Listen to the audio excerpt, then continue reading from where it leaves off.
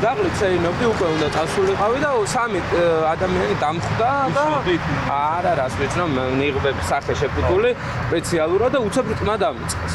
ახალგაზრდა, რომელსაც აბუდაბიში ქართული ოცნების დეპუტატები ირაკლი ზარქუა და ვიქტორ სანიკიძე თავს დაესხნენ და ფიზიკურად გაუსწორდნენ, დღეს მორიგი ანგარიშწორების მსხვერპლი გახდა. ნიღბიანებმა გაბიტაშვილს ჩასაფრება ახლა უკვე საკუთარ სახლთან მოუწყვეს. ლაშა გაბიტაშვილი ქუჩაში ძაღლს ასეირნებდა. რა დროსაც საცხოვრებელი სახლის ეზოდან გამოსულს სამი პირი თავს დაესხა, ურტყავდნენ სახეში და აყენებდნენ სიტყვიერ შეურაცხყოფას. დაზარალებული დარწმუნებულია, რომ თავდასხმის ორგანიზატორი ქართული ოცნებაა. აბუდაბიში რაც თვითონ ვერ შეასრულეს გამოაგზავნეს სხვა ადამიანების შემსრულებლები ამ მთავრობის ხელში მე არ მაქვს მოლოდინი რომ ესენი რამეს იზავენ. ჩვეულებრივად დანარჩენი ეხლა სამი ადამიანი იყო. ნიღბიანები იყვნენ. კი, ანუ დაფარული ქონდათ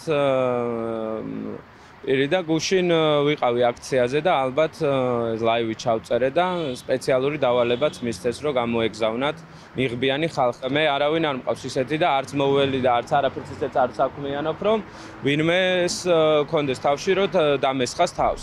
ლაშა გაბიტაშვილზე თავდასხმა ქალაქის ცენტრში დილის 10 საათზე მოხდა. ეზო სადაც ახალგაზრდა აქტივისტ სამი ნიღბიანი თავს დაესხა, სათვალთვალო კამერაა დამონტაჟებული. სათვალთვალო კამერებია განთავსებული უზნაძის ქუჩაზე ყველა მაღაზიასთან. გომოლოვრის უწყებას კადრები და ჩვენებები უკვე აქვს. დაკითხეს ლაშა გაბიტაშვილი და მისი საცხოვრებელი სახლიდან ამოიღეს ტანსაცმელი, რომელიც თავდასხმის დროს ეცვა. როცა ეს ადამიანი დავინახეთ. დაინახეთ, აქცემდნენ ჩვენი მაღაზიის წინ? რამდენი ადამიანი იყო? სამი. დაახლოებით რომელ საათზე მოხდა? არ ვიცი, ვერ გეტყვით, სადღაც 10 იყო დაწყებული ალბათ. მუშაობდი და დავინახე რომ ადამიანი სცემეს და მე ანუ გავედით, ვერაფერი ვერ იმას გამოვიმოქმედეთ, რა თქმა უნდა და გაიქცნენ მე. რამდენი დღის განმავლობაში ინახავს თქვენი კამერა ჩანაწერი? არ ვიცი გენაცოლი, არ ვიცი. წყობშია და სავარაუდოდ ისე მულტიქნება, ხო? ალბათ, კი, მუშაობთ, რა თქმა უნდა, კი. შინაგან საქმეთა სამინისტრომ გამოძიება ფიზიკური ძალადობის ფაქტზე დაიწყო. ადგილზე საგამოძიებო მოქმედებები ჩატარდა, თუმცა ამ დრომდე არ დაუდგენიათ და არ დაუკავებიათ იმ მოძალადე დაჯგუფების წევრები, რომლებიც ლაშა გაბიტაშვილს ჯგუფურად თავს დაესხნენ და ფიზიკური დაზიანებები მიაყენეს. კი, რა თქმა უნდა, დაწყებული. რომელი მუხლით დაიწყო? ფიზიკური ძალადობის ფაქტია დაწყებული და მიმდინარეობს ყველა საგამოძიებო პირატული ღონისძიებები. კი ბატონო, კამერებით თუ ამ ეტაპზე სხვა ვერ გაცნობთ ვერაფერს გამოძიების ინტერესები და ლაშა გაბიტაშვილი დარწმუნებულია, რომ ძალადობა რეჟიმის მიერ დაგეგმილი სადამსჯელო ოპერაციაა და აბუდაბის სკანდალის გაგრძელებაა, რადგან როგორც თავად ამბობს, მას ჩასაფრებას სხვა არავინ მოუწყობდა. გაბიტაშვილი დღეს ინგოროყვას კლინიკაში გადაიყვანეს. მას ტვინის შერყევა, მაჯის და სახის ტრამვა აქვს.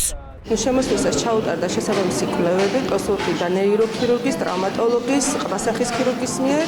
ჩაუტარდა თავის ტვინის კომპიუტერული ტომოგრაფია, პაციენტს აღენიშნება თავის ტვინის შერყევა.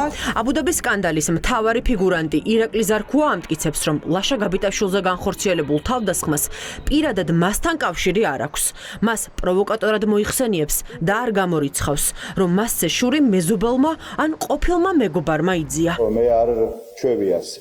როცა დააშავა, არასწორად მოიქცა, ღიად საჯაროდ, მით უმეტეს იქ კამერების წინ, სადაც უამრავი ადამიანი იღებდა, არ მომრიდებია, სადაც ოჯახის შეურაცხყოფაა და ახლობლების, მან პასუხი გავცე და მომავალშიც ასე ვიზამ. თუ რამე არის ეჭვი, აგერ არის, არ გაუჭირდება ჩივილი პოლიციაში და შესაბამისად თუ დამიბარებენ, იგივე ჩვენებას მივცემ, როგორც აბუდაბიში ვივეცით ჩვენება გამოძიება, როცა მიმდინარეობდა. ზოგადად გამოერჩევა ადამიანი პროვოკაციული ქმედებები. შეიძლება მეზობელიც იყოს, შეიძლება მისი ყოფილი მეგობარი იყოს, ვისაც შეურაცხყოფა მიაყენა და როდესაც შენ ხარ პროვოცირების საგანი, როდესაც შენ პროვოცირებ, როდესაც შენ შეურაცხყოფას აყენებ და ბულინგის მცდელობა გაქვს, იქნება ეს დეპუტატი, მისი ოჯახის წევრი თუ ნებისმიერი ის წარმომადგენელი, რომელიც შენგან პოლიტიკურად განსხვავებული აზრის მატარებელია, რა თქმა უნდა, ეს არ არის სასურველი რომ ის გადაიზარდოს ფიზიკურ დაპირისპირებაში, მაგრამ გამოდის რომ შენ ამას ძალით იწევ და მე მსხვერპლად გინდა მოაჩვენო თავის საზოგადოებას. ახლა საგამოძიებო უწყებას წესით თავდამსხმელების იდენტიფიცირება არ უნდა გაუჭირდეს. არსებობს სათვალთვალო კამერების ჩანაწერები, დაზარალებულის და თვითმხილველების მიერ მიწოდებული ინფორმაცია, რომელიც გამოძიებას მოძალადე რაზმების კვალზე გაიყვანს.